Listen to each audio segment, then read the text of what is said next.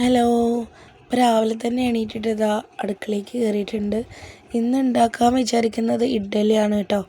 ദോശയ്ക്കോ ഇഡ്ഡലിക്കോ ആട്ടി വെച്ചതാണ്. അപ്പോൾ രാവിലെ എണീറ്റപ്പോൾ ഇഡ്ഡലി കഴിക്കാനാണ് തോന്നിയത്. അങ്ങനെ ഇതാ ഇഡ്ഡലി ഉണ്ടാക്കാനുള്ള തയ്യാറെടുപ്പിലാണ് കേട്ടോ. ഇഡ്ഡലിയുടെ കൂടെ കഴിക്കാൻ ഇന്ന് കടലക്കറിയാണ് കേട്ടോ. തലേ ദിവസത്തെ കടലക്കറിയാണ്, തോനെ ഇരിക്കുന്നുണ്ടായിരുന്നു. അങ്ങനെ അത് ചൂടാക്കിയിട്ട് കഴിക്കാമെന്ന് വിചാരിച്ചു. അങ്ങനെ ഇതാ ഇഡ്ഡലി പാത്രമൊക്കെ അടുപ്പത്ത് വെച്ച് വെള്ളമൊക്കെ ഒഴിച്ച് ചൂടായപ്പോൾ ഒരു തട്ടാണ് കേട്ടോ ഞാൻ വെക്കാറുള്ളത്. അങ്ങനെ ഇതാ ഒരു തട്ട് അതിൻ്റെ മുകളിൽ വെച്ചിട്ട് അടച്ച് വെച്ച് കൊടുക്കുന്നുണ്ട്. ആ സമയം കൊണ്ട് തന്നെ ഫ്രിഡ്ജിൽ നിന്ന് കടലക്കറിയൊക്കെ പുറത്തെടുത്ത് വെച്ചിട്ട് കുറച്ച് നേരം തണുപ്പൊക്കെ വിടാൻ വേണ്ടിയിട്ട് പുറത്ത് തന്നെ വെച്ചു. അതിന് ശേഷം അടുപ്പത്ത് വെച്ചിട്ടൊന്ന് ചൂടാക്കി എടുക്കുന്നുണ്ട് കേട്ടോ. ഇന്നലെ തോനെ വെച്ചിട്ടുണ്ടായിരുന്നു, ഇന്നലെ ചിലവായില്ല. അപ്പോൾ ഫ്രിഡ്ജിക്ക് അങ്ങനെ കയറ്റി വെച്ചതാണ് കേട്ടോ. അങ്ങനെ ഇപ്പോൾ രാവിലേക്ക് ഇന്ന് വേറെ കറിയൊന്നും ഉണ്ടാക്കണ്ടല്ലോ എന്ന് വിചാരിച്ച് അതന്നെ എടുത്തു. അങ്ങനെ കറിയും ഇഡ്ഡലിയൊക്കെ ആയപ്പോൾ ഒരു ചമ്മന്തി ഉണ്ടാക്കിയിട്ടുണ്ടായിരുന്നു കേട്ടോ. പിന്നെ ചായയും കൂട്ടിയിട്ട് രാവിലത്തെ ഇഡ്ഡലിയും കടലക്കറിയൊക്കെ കഴിച്ചു കേട്ടോ. അതൊക്കെ കഴിഞ്ഞ് കൈയോടെ തന്നെ ഞാൻ ഉച്ചയ്ക്കുള്ള ഫുഡ് ഉണ്ടാക്കാൻ വേണ്ടിയിട്ട് നിന്നു. മോരുകറി ഉണ്ടാക്കാമെന്ന് വിചാരിച്ചിട്ടാണ് കേട്ടോ. ഫ്രിഡ്ജിൽ കുറച്ച് കഷ്ണങ്ങളുണ്ടായിരുന്നു, ചേനയും ചേമ്പുമാണ് കേട്ടോ ഞാൻ എടുത്തിട്ടുണ്ടായിരുന്നത്. അങ്ങനെ ഇതാ മോരുകറി ഉണ്ടാക്കാൻ വേണ്ടിയിട്ട് ചേനയും ചേമ്പൊക്കെ കഷ്ണങ്ങളായിട്ട് അരിഞ്ഞിട്ട് എടുക്കുകയാണ് കേട്ടോ. ഈ രണ്ട് കഷ്ണങ്ങൾ ഉണ്ടെങ്കിൽ തന്നെ മോരുകറിക്ക് നല്ല ടേസ്റ്റ് ഉണ്ടാവും കേട്ടോ. ചേമ്പൊക്കെ ഇട്ടുകൊണ്ട് തന്നെ നല്ല കൊഴുപ്പൊക്കെ ഉണ്ടാവും. അങ്ങനെ അത് ഞാൻ അരിഞ്ഞിട്ട് അതിലേക്ക് ഇട്ട് കൊടുക്കുന്നുണ്ട്. എന്നിട്ട് ചേമ്പ് ഞാൻ ഒരു വിധത്തിൽ തോലൊക്കെ കഴിഞ്ഞ് കഴുകി എടുത്തിട്ടുള്ളതാണ് കേട്ടോ. അതൊന്നും ഇങ്ങനെ ചെത്തി ഇട്ട് കൊടുക്കുന്നുണ്ട്.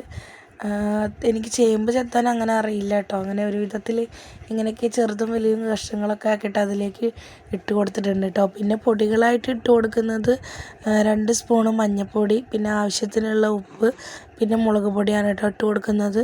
പിന്നെ ഞാൻ 2 തണ്ട് കറിവേപ്പിലയും കൂടി ഇട്ട് കൊടുക്കുന്നുണ്ട് കേട്ടോ.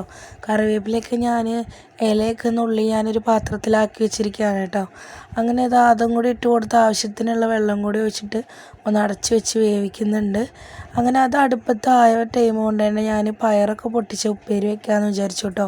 അങ്ങനെ അപ്പോൾ ഇത് വേവുന്ന സമയം കൊണ്ട് ഏകദേശം പയറിൻ്റെ പണി കഴിയുമല്ലോ. അങ്ങനെ പയർ ഒരു സൈഡിൽ കൂടെ നിന്ന് പൊട്ടിക്കുന്നുണ്ട് കേട്ടോ. അങ്ങനെ പയർ പൊട്ടിക്കൽ കഴിഞ്ഞ് ഞാൻ പിന്നെ ഉപ്പേരി വെക്കാൻ തുടങ്ങി കേട്ടോ. ഇന്ന് ഞാൻ വേറൊരു രീതിയിലാണ് വെക്കുന്നത്. ഉള്ളിയൊക്കെ ചതച്ച് എണ്ണയിൽ മൂപ്പിച്ച് പയർ വേവിക്കുന്നതിൻ്റെ മുന്നേ തന്നെ അതിലേക്ക് കൊട്ടിയിട്ടാണ് കേട്ടോ ഉണ്ടാക്കുന്നത്. ഓരോ ടൈമിലും ഓരോ തരത്തിലാണ് ഉണ്ടാക്കുക, സമയത്തിനനുസരിച്ചാണെന്ന് മാത്രം. എന്നിട്ടാണ് കേട്ടോ ഞാൻ ഉപ്പും മഞ്ഞൾപ്പൊടിയും മുളകൊക്കെ കീറിയിട്ടിട്ട് വെള്ളമൊഴിച്ച് വേവിക്കുകയാണ് കേട്ടോ ചെയ്തത്. അങ്ങനെ ഒരു സൈഡിൽ ഉപ്പേരി വേവുന്ന സമയം കൊണ്ട് ഇപ്പുറത്ത് മോരുകറിക്കുള്ള അരപ്പ് തയ്യാറാക്കി എടുക്കുന്നുണ്ട് കേട്ടോ.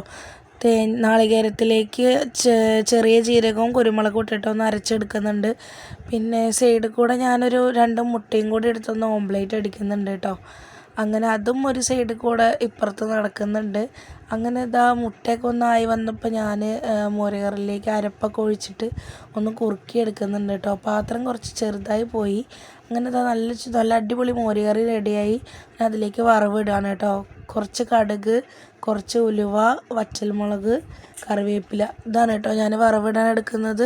അങ്ങനെ ഇവിടെ മോരുകറി റെഡി ആയിട്ടുണ്ട് കേട്ടോ. അങ്ങനെ ഈ വറവ് ഞാൻ മോരുകറിയിലേക്ക് ഒഴിച്ചു കൊടുത്തു. നല്ല കട്ടിയുള്ള അടിപൊളി ടേസ്റ്റുമാണ് കേട്ടോ. നല്ല അടിപൊളി മോരുകറിയാണ്. അങ്ങനെ മോരുകറി ആയി. അങ്ങനെ ഇന്നത്തെ ഏകദേശം കുക്കിംഗ് പരിപാടികളൊക്കെ ഇവിടെ കഴിഞ്ഞിട്ടുണ്ട് കേട്ടോ.